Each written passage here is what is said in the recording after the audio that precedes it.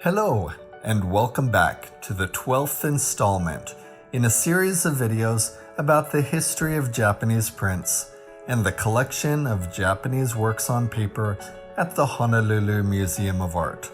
I'm Stephen Salel, the curator of Japanese art.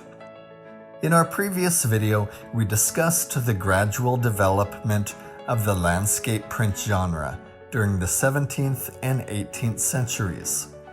In the early 19th century, the popularity of landscape prints reached a crescendo as artists began to illustrate the serialized novel by Juppensha Ikku, Along the Tokaido on Shanks Mare. One of the first artists other than Ikku to illustrate Shanks Mare was Katsushika Hokusai. On the right can be seen a print from Hokusai's earliest series depicting the Tokaido Highway. The image was released around 1804, at which point Ikku had only published the first few chapters of his story. In addition to his contributions to the genre of landscape prints, Hokusai deserves credit for his promotion of the form of visual storytelling that we now call comics or manga.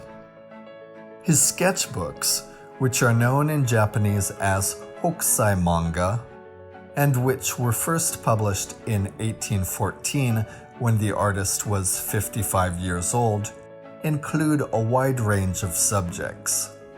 They function in many ways as an encyclopedic documentation of the visual world. And in that way, they bring to mind the work of artists such as Hishikawa Moronobu, who we discussed in our second video.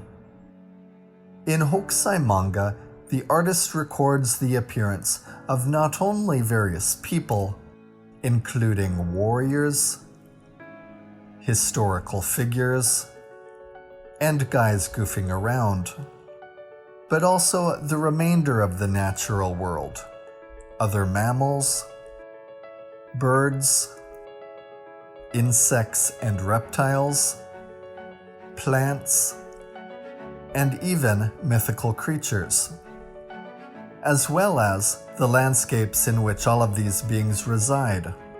Hokusai depicts these environments on a macrocosmic level and from closer distances as well. He further explores artistic conventions, including patterns in graphic design, architectural design, and Western techniques of spatial perspective, the discussion of which the Japanese government had banned at that time. In order to organize this wealth of visual information, Hokusai occasionally divided each of his pages into panels. And when those panels were organized in order to show a continuous sequence of events, such as the Aikido maneuvers that the two men depicted in the left are executing, we see the kind of visual storytelling that defines modern comics. Some of the dramatic compositions with which Hokusai experiments in his manga, such as this 2-page vertical spread, in which the reader is forced to rotate the book 90 degrees, are reminiscent of dramatic scenes in comic books produced during the late 20th and early 21st centuries. Even more than his accomplishments with visual storytelling, Hokusai is best remembered for his work in the genre of landscape prints. And even after Juppensha Ikku completed his serialization of Along the Tokaido on Shanks Mare, Hokusai continued to publish depictions of the Tokaido Highway. But of far deeper interest to Hokusai than the 53 stations that comprised that route was the volcano Mount Fuji, located in modern-day Shizuoka Prefecture. Standing at 12,300 189 feet, Fujisan, as it is known in Japanese, is the tallest geological structure on the entire archipelago, often compared with Mount Meru, the central world mountain in Buddhist cosmology, or Mount Penglai, the mythical home of Chinese immortals. Mount Fuji became an exceedingly popular destination for New Year's Day pilgrimages during the Edo period. Hokusai viewed the sacred site as a type of cosmological fulcrum around which all daily life rotated, and his series 36 Views of Mount Fuji, first published from around 1830 until 1832, when the artist was in his 70s, is an elaborate visual expression of this belief.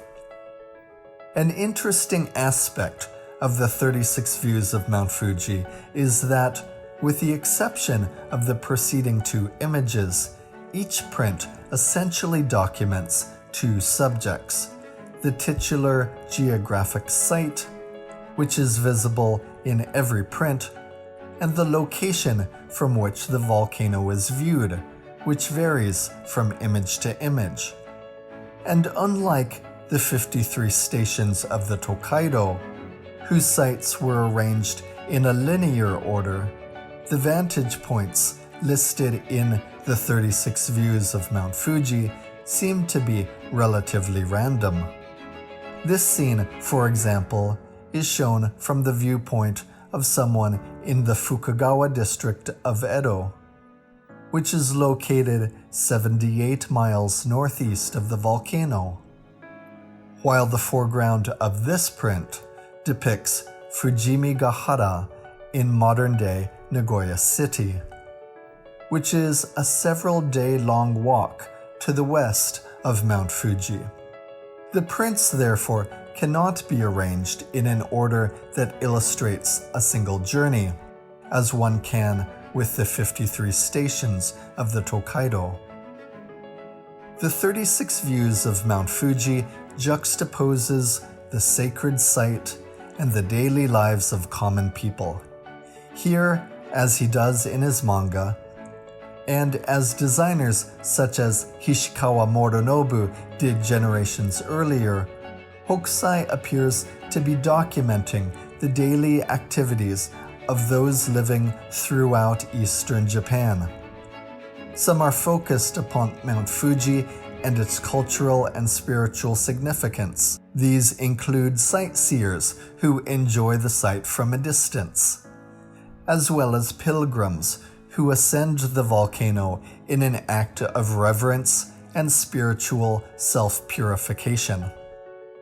Others, however, appear fairly oblivious to the site, for they are simply too busy with the responsibilities of their jobs, be they carpenters, construction workers, sailors, ferrymen, and sea merchants.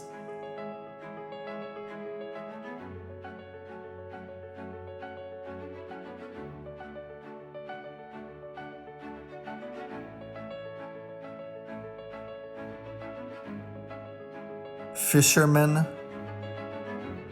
brine carriers, and porters carrying various goods for long distances, either on foot or on horseback.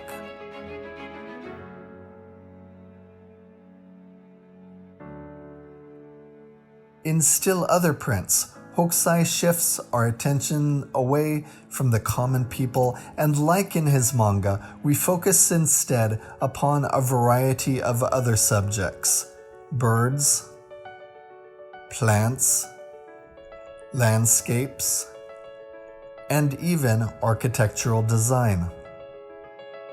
Unquestionably, the most famous print in Hokusai's 36 Views of Mount Fuji is his depiction of a rogue wave off the coast of Kanagawa Prefecture.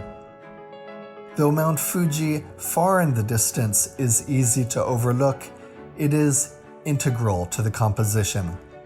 The wave is described in the same shades of blue as the volcano.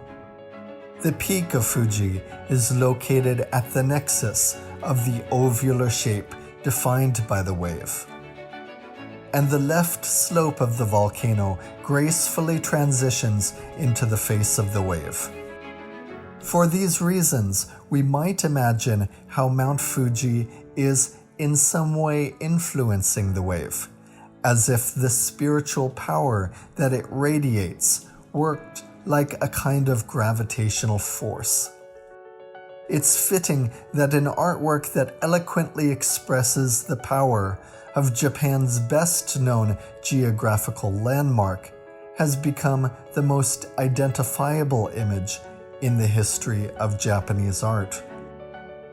It is important, however, to remember that traditional Japanese woodblock printmaking is a collective endeavor, and although the designer deserves a great deal of credit, there are numerous other people whose hard work and brilliant insight are often overlooked.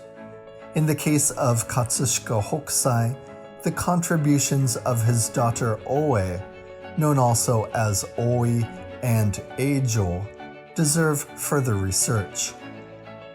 Oe, who lived with Hokusai and assisted him with his projects throughout his life, was an extremely talented artist herself, and in recent years, some of her works have gained public attention. Since, in the late 1820s, Hokusai suffered a stroke that permanently affected his ability to draw, the role that Oe played in the creation of the 36 views of Mount Fuji may have been far more extensive than we previously assumed. In upcoming installments, we will discuss other female artists who have been largely overlooked in the history of Japanese woodblock printmaking. For our next video, however, we will return to the subject of the Tokaido Highway and the ways in which its stations were depicted by the print designer Utagawa Hiroshige.